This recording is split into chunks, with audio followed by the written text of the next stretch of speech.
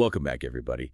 Today, we're going deep, really deep into cybersecurity attack vectors. Those are like the paths that hackers use to break into systems and networks. We're talking everything from your personal computer all the way up to massive servers. Yeah. And we're dissecting a research paper to do it called Häufige Angriffsvektoren im Cyberraum. Ooh, that's a mouthful. It is. Yeah. It's German for common attack vectors in cyberspace. And it's packed with details about how attackers target workstations, servers, intranets, and the internet.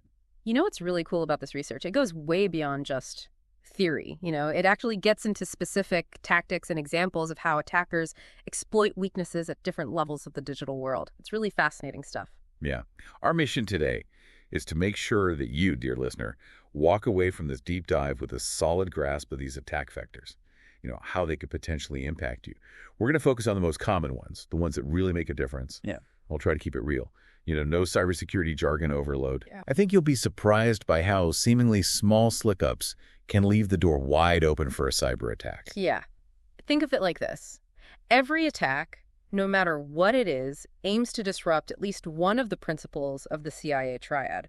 The CIA triad. Yeah. Confidentiality, integrity, and availability. Okay. So an attacker might try to steal your confidential data, like your bank account details, or tamper with the integrity of a system so it doesn't work properly, or even make a service completely unavailable, like you can't get to your bank account at all, that kind of thing. So basically they're trying to mess with our stuff in any way they can. Yeah, pretty much. Okay. So let's start with something that we all use every day, our workstations. This research really drives home the point that compromised credentials are the #1 attack vector for workstations. Yeah, and it's no surprise, really, considering that passwords still reign supreme as the main authentication method. It's like having a single key that unlocks everything, If someone gets a hold of it, they have access to your whole digital life. And we all know how easy it can be to lose track of passwords or fall into that trap of using the same one for multiple accounts. It's like using the same key for your house, your car, your office. It's not the smartest move. Exactly. That's why strong, unique passwords are so crucial. And it's also important to be aware of, the ever-evolving world of phishing. Remember those early phishing emails, the ones that were so easy to spot? Oh, yeah. Well, those have gotten way more sophisticated now. Yeah, now we're talking about things like business email compromise. That's where attackers impersonate CEOs to try and steal money. Right. And smishing, which is phishing through SMS messages. Actually, I almost fell for one of those recently. It happens. Attackers, they know how to play the game. They bank on that human element, exploiting our trust and our tendency to just click before we think. Yeah. So it's not just about having strong passwords. It's also about being cautious about what we click on and who we trust online. Absolutely. But phishing isn't the only way attackers try to infiltrate our workstations. Right. What else should we be worried about? Well, malware is another big one. We're talking ransomware, spyware, and keyloggers. Ransomware is particularly nasty. Just imagine. Your computer's locked, all your files encrypted, and the attackers are demanding a huge ransom to get them back. Well, that's terrifying, especially if you haven't backed up your important files. Exactly. And then you have spyware. Spyware works in stealth mode. It's secretly monitoring everything you do online and stealing your personal information. It's creepy. It is. And then there are keyloggers, which, as the name suggests, record every single keystroke you make, passwords, credit card numbers, you name it. It's like having a digital spy just lurking in the shadows, watching your every move. Yeah, pretty much. I'm also curious about social engineering. The paper goes into how attackers exploit human psychology, to manipulate people into just giving up information or access. Right. Social engineering, it's more than just phishing. It's about using those psychological tricks, like baiting, where attackers leave those infected USB drives lying around, hoping some unsuspecting victim will pick it up. Or scareware, which uses pop-up warnings to trick you into downloading malware. Like they'll say your computer's infected. Oh, yeah. I've seen those before. They look so real. Exactly. They can be very convincing. And then there's the classic tailgating, where someone just follows an authorized person through a secured door without proper credentials. It's like Security 101 stuff. And it still works. It does. People get complacent. So, it's not enough to have strong passwords. Be wary of suspicious emails. You also need to be cautious about your physical surroundings, who you interact with. Speaking of physical surroundings, let's talk about unsecured Wi-Fi networks. I know I'm guilty of jumping onto any available Wi-Fi when I'm on the go.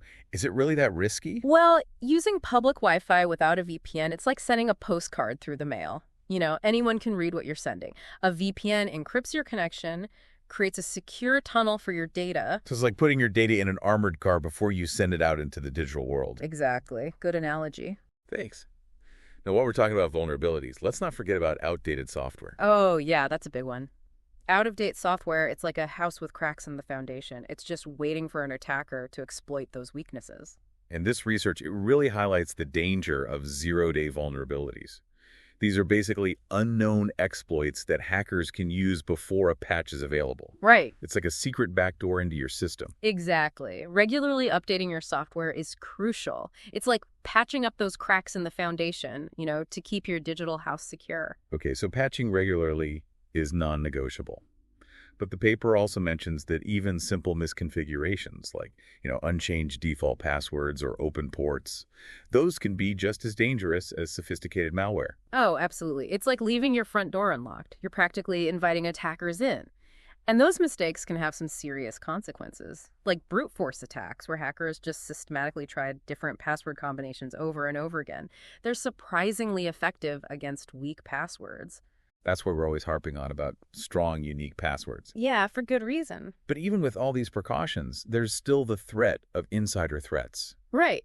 Insider threats, they can be malicious, like a disgruntled employee who's out to steal data or cause damage, or they can be unintentional, like someone accidentally clicking on a phishing link. And the consequences, well, they can be just as devastating either way. It's a stark reminder that security isn't just about technology, it's also about people and processes. Exactly. And we can't forget about those physical threats. Malware can spread through infected USB drives, and a stolen device can give an attacker access to sensitive information. Imagine losing your laptop with all your work files and personal data. It's a nightmare. It is. It's a good reminder to be mindful of our physical security as well. Okay, so we've covered workstations. Let's move on to servers. Those are often the crown jewels that attackers are really after. Right, definitely. Servers store huge amounts of data. They control critical functions, so a breach can have huge consequences. And a lot of the attack vectors we've talked about so far, compromised credentials, unpatched software, misconfigurations, they apply to servers as well, only the stakes are much higher. It's like the difference between breaking into a single apartment and infiltrating an entire building. Same vulnerabilities, but amplified on a larger scale. Yeah, think bigger. Okay, so what are some of the specific attacks that target servers? Well, one that's particularly disruptive is what's called a distributed denial of service attack, or DDoS for short. DDoS. Yeah. Imagine a website or an online service suddenly being flooded with traffic from tons of different sources. It overwhelms its resources, makes it completely inaccessible to legitimate users. So it's like a digital traffic jam designed to bring everything to a standstill. Exactly. And while DDoS attacks don't usually result in data theft, they can cause major disruptions and financial losses, due to that downtime. Think about a popular e-commerce site. Imagine it gets knocked offline during, a Black Friday sale. Oh, yeah. The losses would be huge. Huge. Wow, that puts things into perspective. What other server-specific attacks does the paper mention? Two that are particularly nasty are SQL injection and cross-site scripting, or XSS.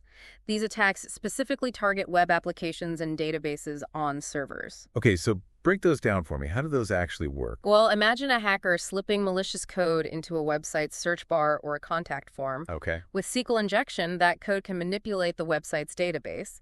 It allows the attacker to steal information, alter it, or delete data altogether. So they're basically hijacking the website's own code to do their dirty work. Exactly. And then you have XSS, where that injected code runs in the web browser of other users who visit the compromised website. This can lead to things like session hijacking, cookie theft, or even allow them to run malicious scripts on the user's computer. So it's like a chain reaction of malicious code spreading from the server to unsuspecting users. Right. It's pretty scary to think about how much damage just a single line of code can cause. It is. It really highlights the importance of secure coding practices and thorough security testing for web applications. Yeah, for sure. The research also emphasizes that phishing can be targeted specifically at server administrators. They often have high levels of access and control. Oh, yeah. A successful phishing attack against one of these individuals could give hackers the keys to the kingdom. It's a big problem. It's a chilling thought. And speaking of intercepting information, the paper also mentions man-in-the-middle attacks. It sounds like something straight out of a spy movie. It does, doesn't it?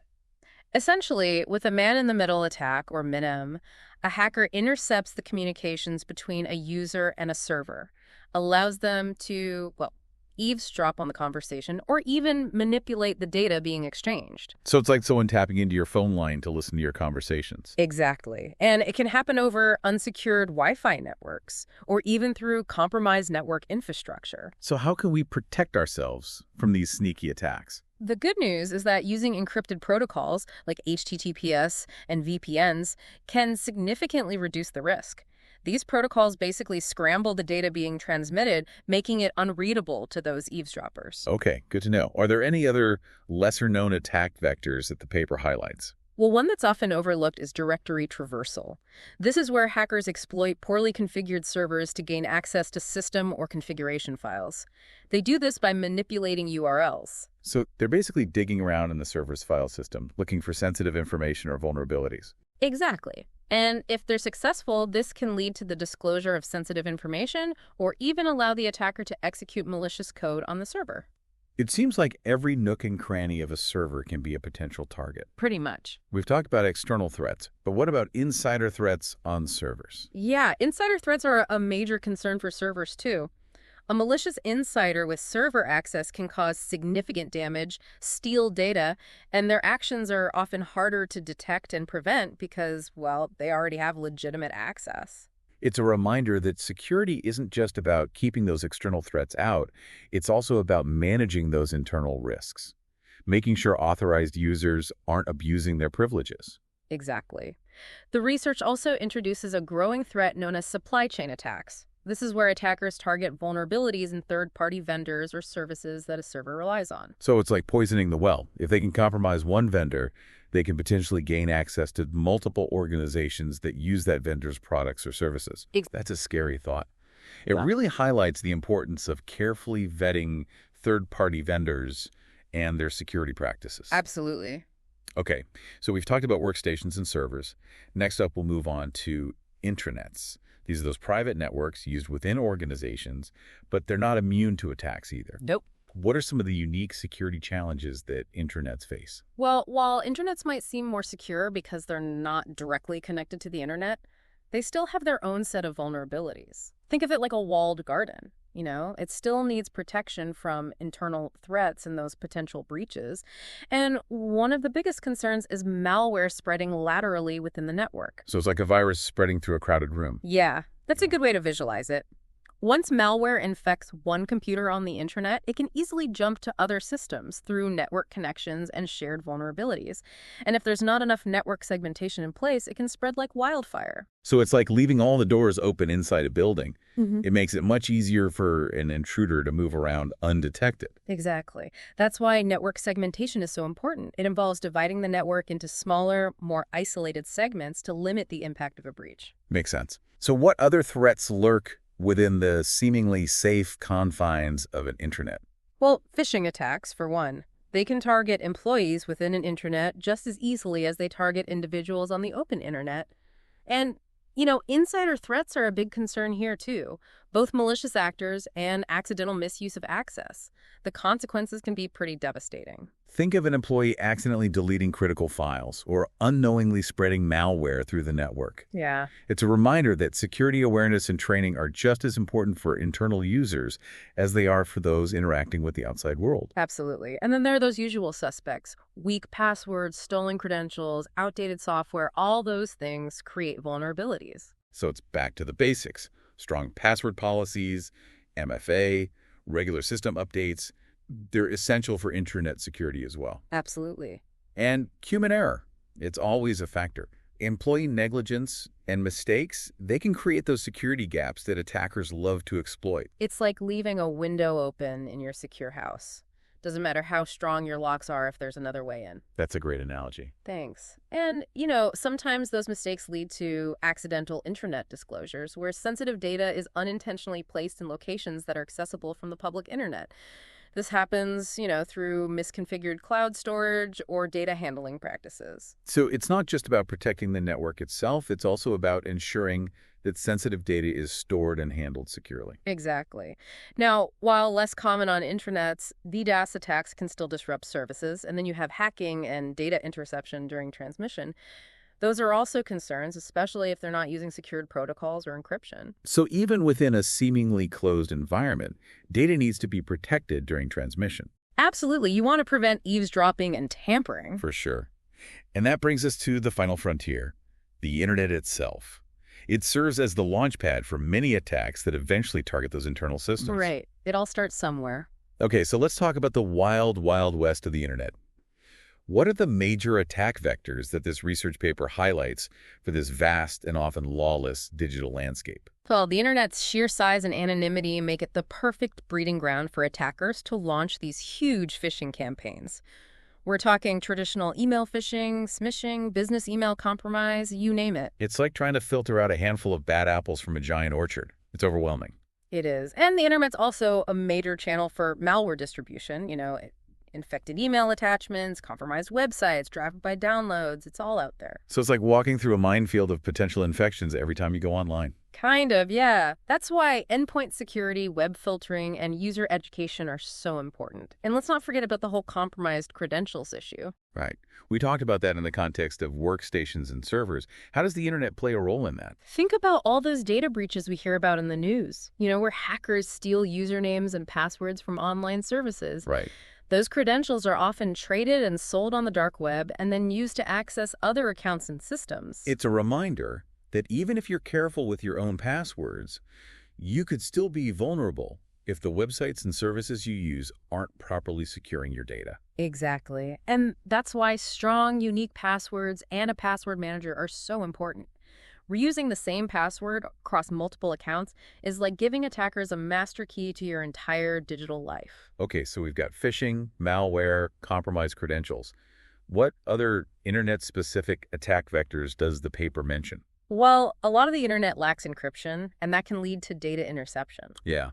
So using HTTPS websites is crucial. Absolutely. It's like, sending a postcard versus sealing your letter in an envelope. Good analogy. And then there's the constant threat of attackers exploiting software and hardware vulnerabilities.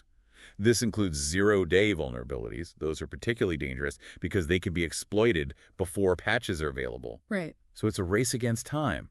The attackers are constantly searching for these vulnerabilities, and the defenders are trying to patch them as quickly as possible. It's a constant battle.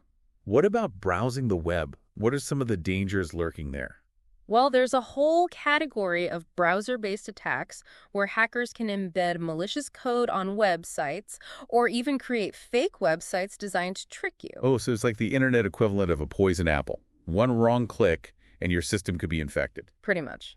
And don't forget about apps. Attackers can infect legitimate apps with malware or even create fake ones that users unknowingly download. So sticking to trusted app stores and being careful about app permissions is key. Absolutely. And then there's the whole issue of open ports. Those are like unlocked doors on your internet-connected devices just waiting for an attacker to walk through. Right. So proper port management is crucial. Absolutely. It's like making sure all the windows and doors are locked before you leave the house. Makes sense.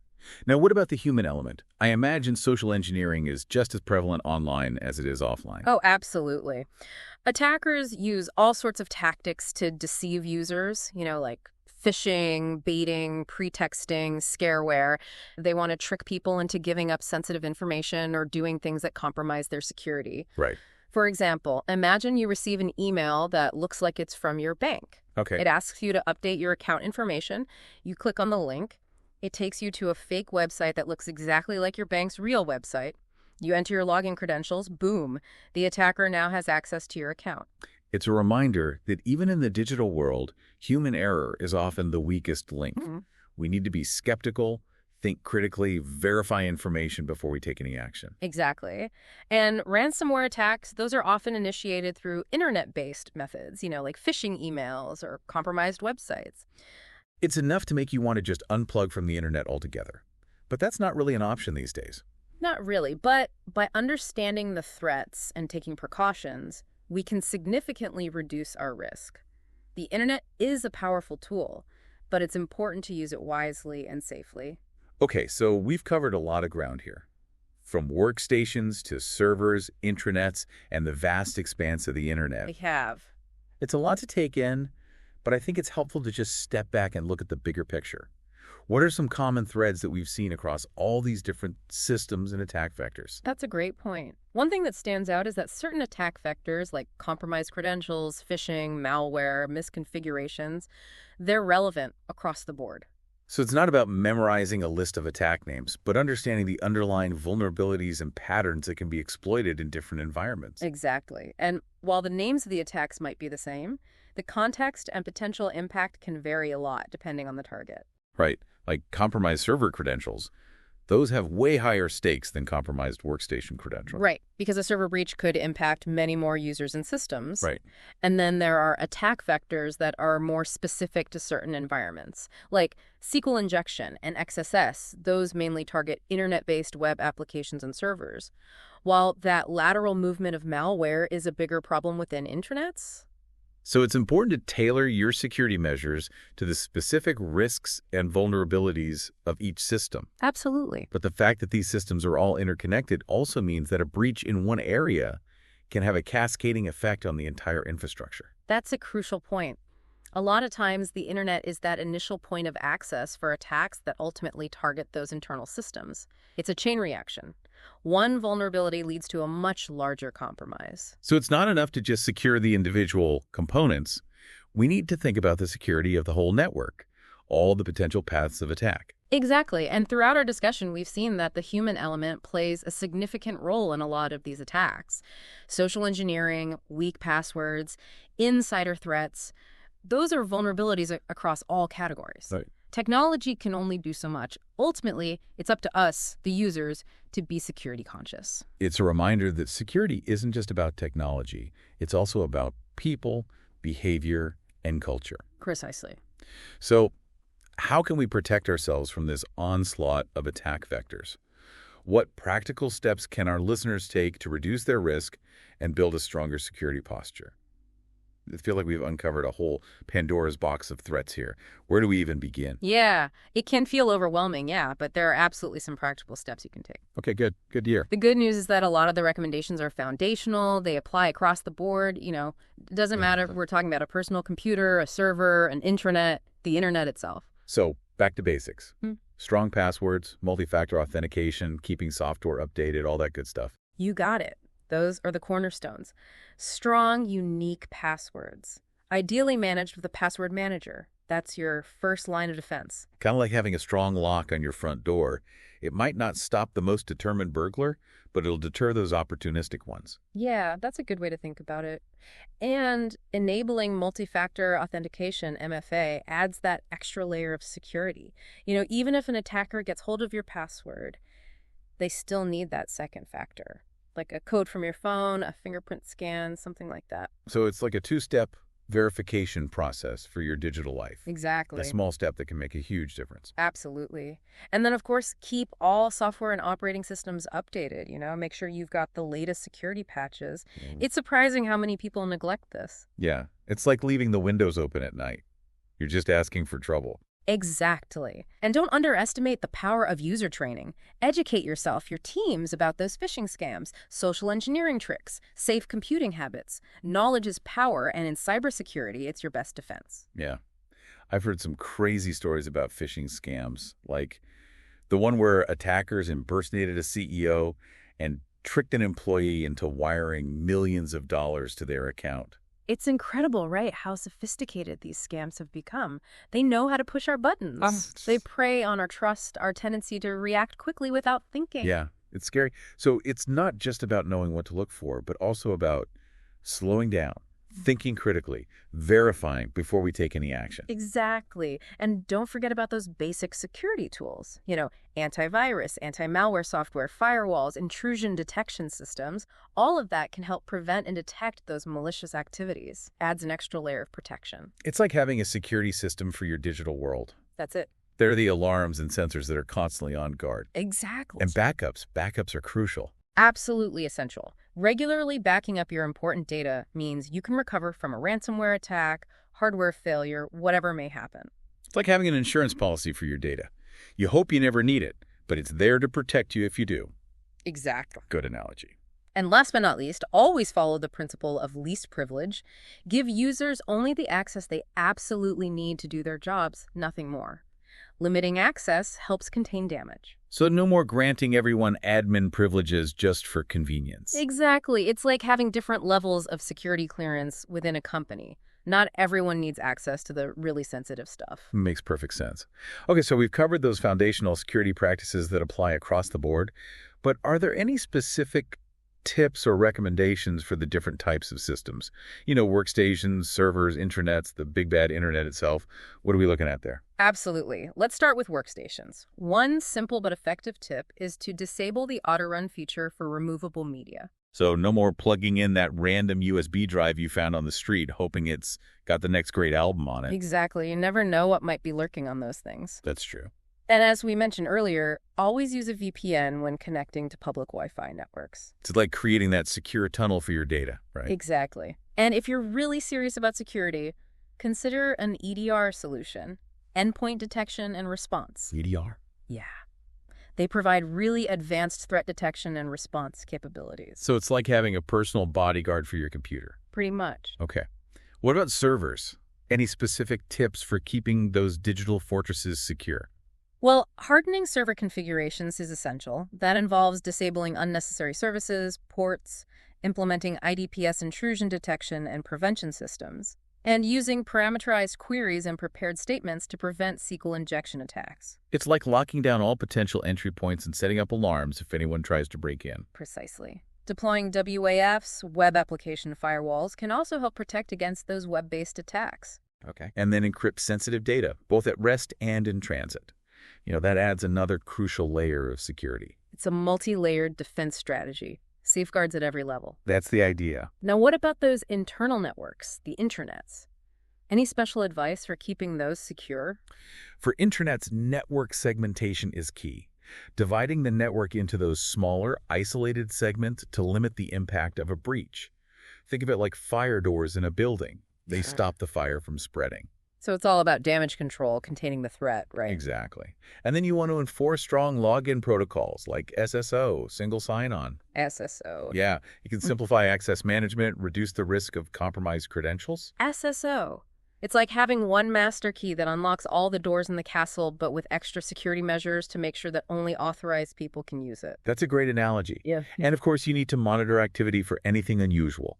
Helps detect those insider threats, malware infections, anything suspicious. It's like having security cameras and motion sensors throughout the building, keeping an eye on things. Exactly. And just like we talked about with workstations and servers, you need to control access to that sensitive data, based on roles and responsibilities. So, principle of least privilege.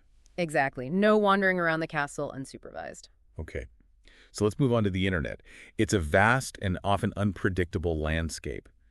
What are some essential steps our listeners can take to protect themselves out there in the digital wilderness? Well, first off, using robust spam filters and email authentication protocols can really reduce the risk of those phishing attacks. It's like having a moat and a drawbridge to keep those unwanted visitors out. Exactly. Love the castle analogy. And for any developers listening, implementing content security policies, CSP, can help mitigate cross-site scripting or XSS attacks. So setting some ground rules for what's allowed inside your website. Precisely. And regularly scanning those internet-based applications for vulnerabilities, it helps you find and fix those weaknesses before the bad guys do.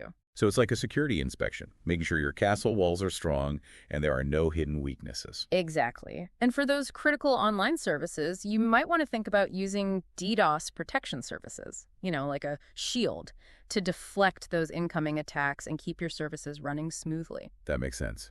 Now, we've talked a lot about keeping software updated, patching systems, but honestly, it can be a pain, especially for larger organizations. Oh, yeah. Any tips on making patch management more efficient and effective? Absolutely. Prioritizing is key. Not all vulnerabilities are created equal. So focus on the ones that pose the biggest threat to your systems. So be strategic. Focus your efforts where they matter most. Exactly. And automate as much of that patching process as you can.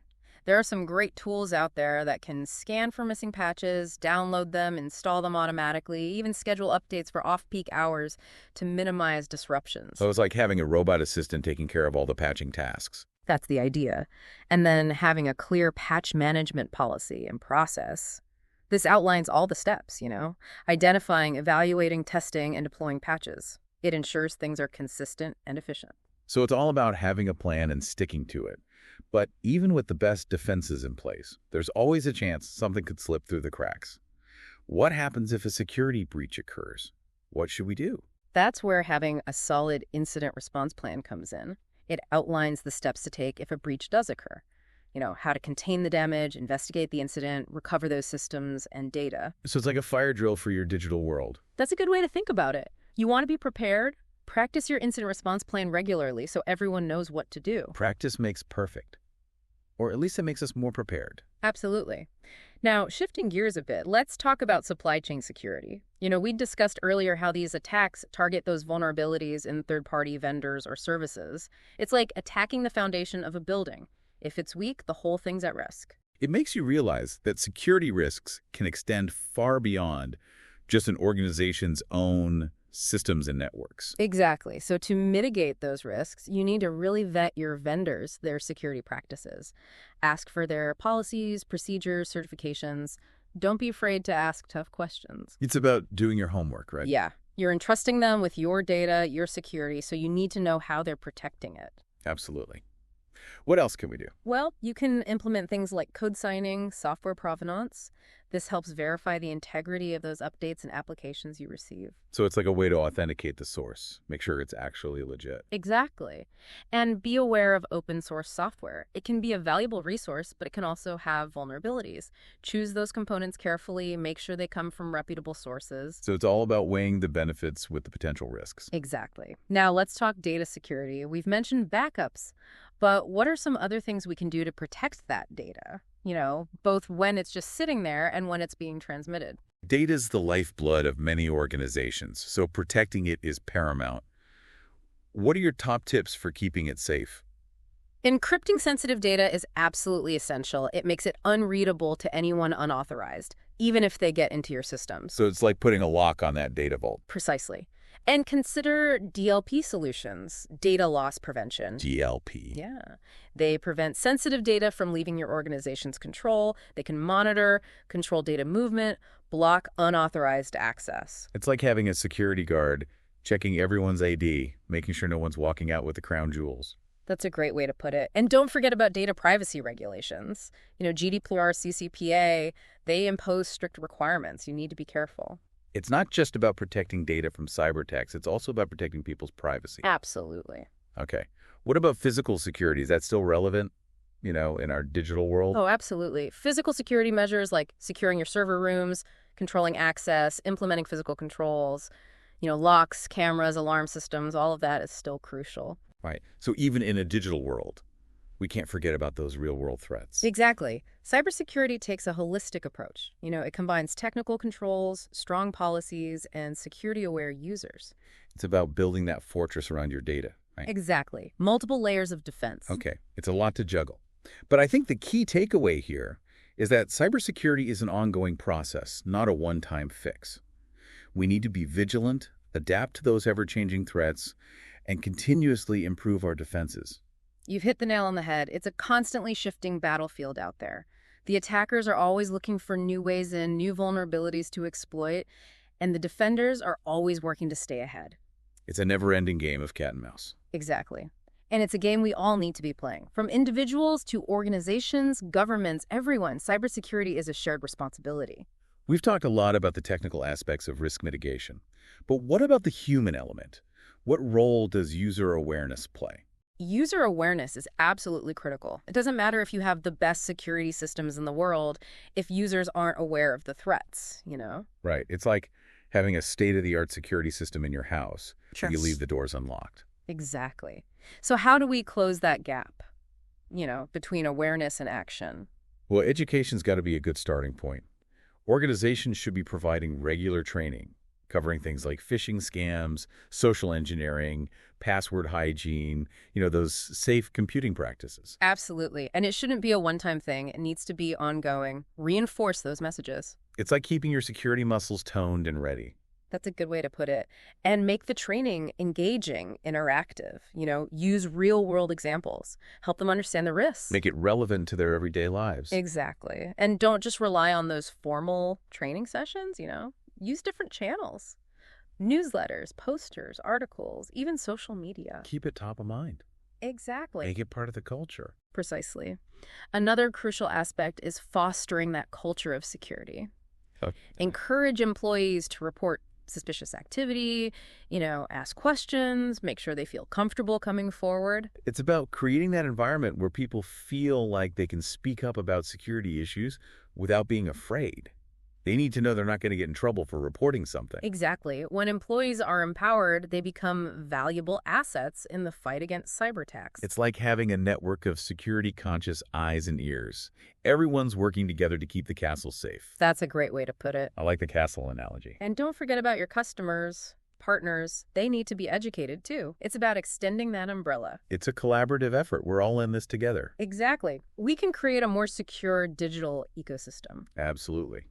We've talked a lot about the technical aspects, but how can we encourage users to actually adopt those safer habits? Make security just a natural part of their digital lives. That's a great point. It's one thing to understand the theory, it's another to actually put it into practice. Exactly. How do we bridge that gap between awareness and action? One approach is to just make security as easy and convenient as possible. For example, password managers. Oh, yeah. I use one myself. It takes all the hassle out of managing those passwords. Exactly. And consider implementing those single sign-on solutions, SSO. Oh. Yeah. It lets users access multiple things with just one set of credentials. It's like having that one master key that unlocks multiple doors in the digital world. Exactly. And make sure those policies and procedures you design don't get in the way of productivity. If they're too complex, people will find workarounds, and that can actually weaken security. So it's all about finding that balance, security versus usability. Absolutely. And don't underestimate the power of positive reinforcement. Recognize and reward employees for good security practices. So giving them a gold star for being a security superhero. That's the idea. You want them to feel good about doing the right thing. And, use storytelling, real-world examples. That makes it relatable. Make it come alive. Exactly. When people understand the why, they're more likely to adopt those practices and make them a habit. So it's about going beyond the technical details and connecting with people on an emotional level. Exactly. Okay, so we've covered a lot about risk mitigation, but the cybersecurity landscape is constantly evolving. Yeah. Those threats, they never stay the same. Nope. They're always changing. So how do we stay ahead of the curve? How can we adapt? Well, one key strategy is to just stay informed about the latest threats. Keep up with the industry news, security advisories, go to conferences, webinars, subscribe to blogs. So it's like having a news feed for cybersecurity, right? Exactly. And don't just be a passive consumer. Actively participate in the communities, those forums. Share information with your peers. Learn from each other's experiences. It's about tapping into that collective wisdom. Precisely. And another thing is to embrace that culture of continuous improvement. Regularly review and update your security policies, procedures, and technologies. It's like constantly upgrading your defenses. Exactly. And don't be afraid to experiment with new security tools, technologies. The market's always innovating. There's always something new that can help strengthen your defenses. So it's about staying ahead of the curve, embracing innovation. Exactly. And put those defenses to the test. Oh, good point. Regularly test them. Conduct assessments, penetration tests, vulnerability scans. Give them a stress test. Exactly. Make sure they can withstand a real attack. And then use the results to make improvements. Absolutely. It's a feedback loop. Test, learn, improve. So it's about being proactive and constantly learning. Exactly. Adapting, improving. That's how you stay ahead in this game. Absolutely. Now, I know we talked about the human element a lot, but technology is a huge part of this too. What are some of those emerging technologies that are shaping the future of cybersecurity? How can we leverage those to enhance our defenses? That's a great question. It seems like every day there's something new, some new technology making headlines. What are the big ones to watch out for? Well, AI, artificial intelligence, is definitely one that's generating a lot of buzz. AI-powered tools can analyze massive amounts of data, identify those patterns and anomalies. So it's like having a super smart security guard who can spot those tiny signs of trouble. That's a good analogy. And AI can also automate a lot of those security tasks, free up those human analysts. So it's like a robotic assistant, right? Exactly. Another one is machine learning, ML. That's actually a subset of AI. ML allows systems to learn from data without having to program them specifically. Okay. So ML-powered tools can adapt to new threats, attack patterns. They're way more effective than traditional systems. So it's a security system that's constantly learning. Exactly. Getting smarter all the time. Amazing. And it can be used for a lot of things, detecting malware, identifying phishing, even predicting future attacks. Wow. It's like a crystal ball. Yeah. For cybersecurity. That's a great way to put it. Seeing into the future. Now, a lot of people associate blockchain with cryptocurrency, like Bitcoin, but it also has a ton of potential uses in cybersecurity. Really? Yeah. I'm curious, how can blockchain be used for security?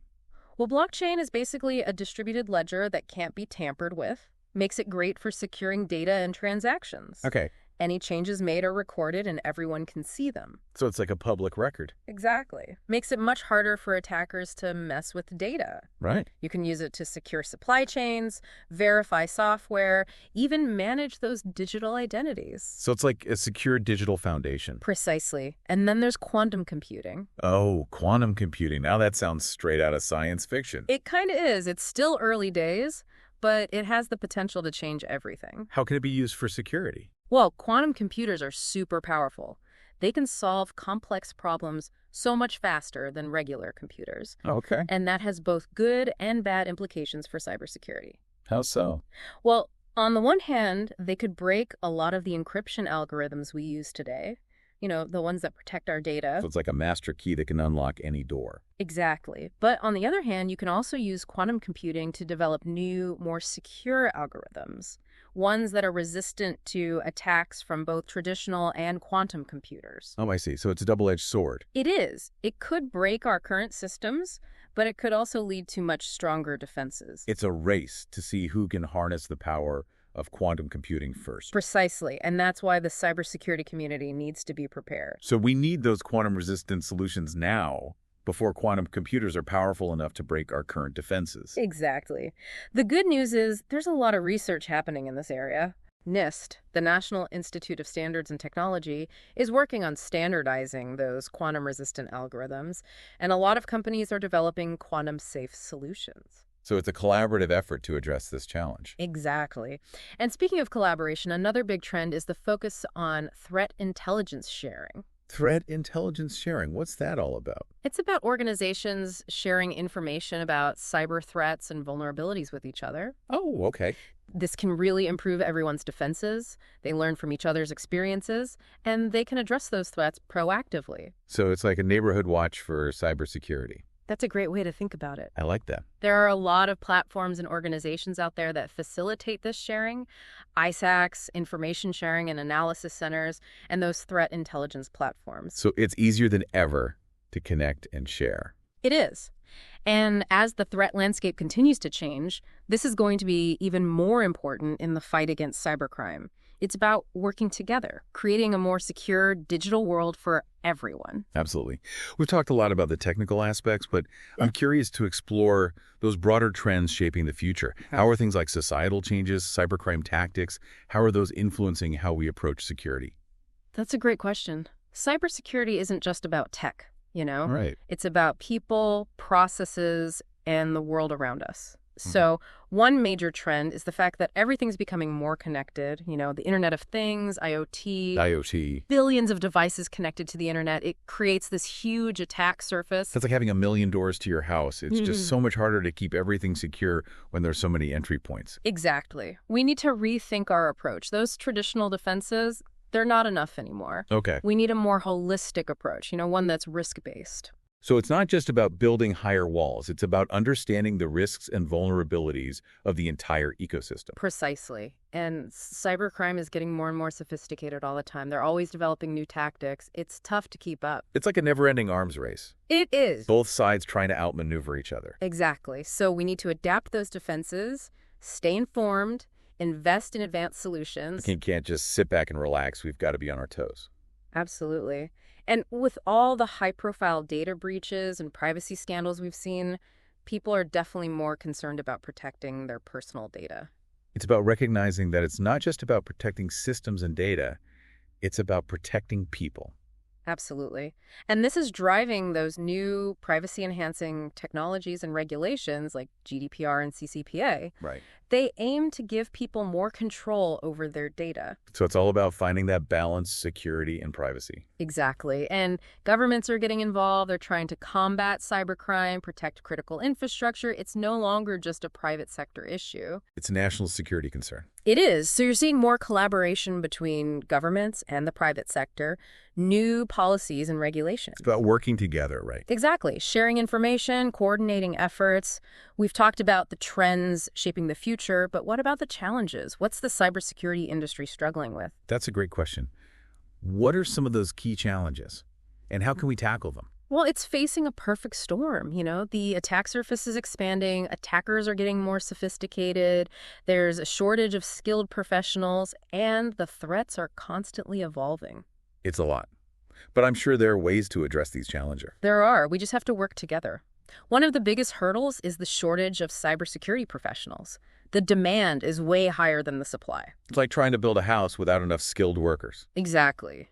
We need to invest in education, training programs, develop a talent pipeline. So nurture the next generation of cybersecurity experts. Exactly. And make the profession more appealing, especially to women and minorities who are underrepresented in the field. Diversity and inclusion are so important. Absolutely. And then you have the complexity of those modern IT environments.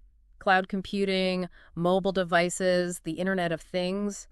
It's getting more complicated. It's like trying to secure a sprawling city. It is. We need a more holistic approach, integrated security. So move away from those siloed solutions. Exactly. And then the attacks themselves, they're getting more and more advanced. They are. It's a constant game of cat and mouse. It is. That's why threat intelligence sharing is so important. They learn from each other, address threats proactively. It's like having a network of spies, all working together to share intel. That's a great analogy.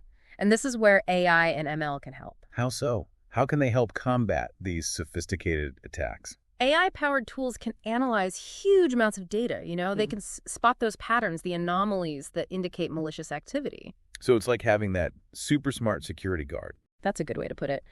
AI can also automate tasks, freeing up the human analysts. It's like a robotic assistant, right? Exactly. And machine learning allows those security tools to adapt. Right. They get smarter over time, way more effective than those traditional systems. It's like having a security system that's constantly learning, evolving. Precisely. And it can be used for a lot of things. Detecting malware, phishing, even predicting attacks. It's like a crystal ball for cybersecurity, seeing into the future. That's a great analogy. Right? And you can use AI and ML to make your existing solutions better too.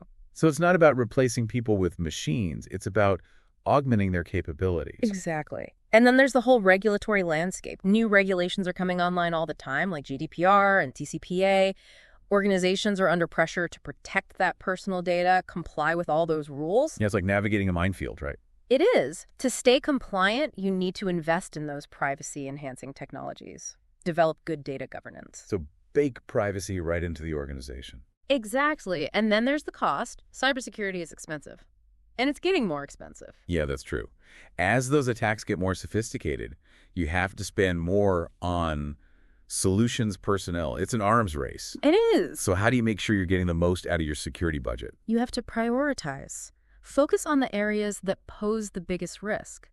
You can't protect everything equally. Right. So it's about being smart with those resources. Absolutely. And of course, we can't forget about the users. Human error, it's a big problem. We have to keep educating people about those threats, help them develop those safer habits. It's about making security everyone's responsibility. Exactly. We all have to work together. If we can address these challenges, we can make the digital world a lot safer for everyone. Absolutely. It's a team effort. This has been a fascinating deep dive into the world of cybersecurity attack vectors. I mean, we've explored everything from individual workstations to the vastness of the internet. We have covered a lot of ground. We have. We looked at how attackers are changing their game, the challenges defenders face, and, the crucial role of technology, policies, and human behavior. Yeah, I think we've given our listeners a lot to think about, I hope so. some real practical steps they can take. Absolutely. Remember, cybersecurity is a journey. The threats are constantly evolving, but if we stay informed, adapt, and work together, we can create a much more secure future. So keep learning, stay vigilant, and never underestimate the power of collaboration. Thanks for joining us for this deep dive into the world of cybersecurity attack vectors. It's been a pleasure. We look forward to exploring more with you in our next deep dive. Until then, stay safe out there in the digital world.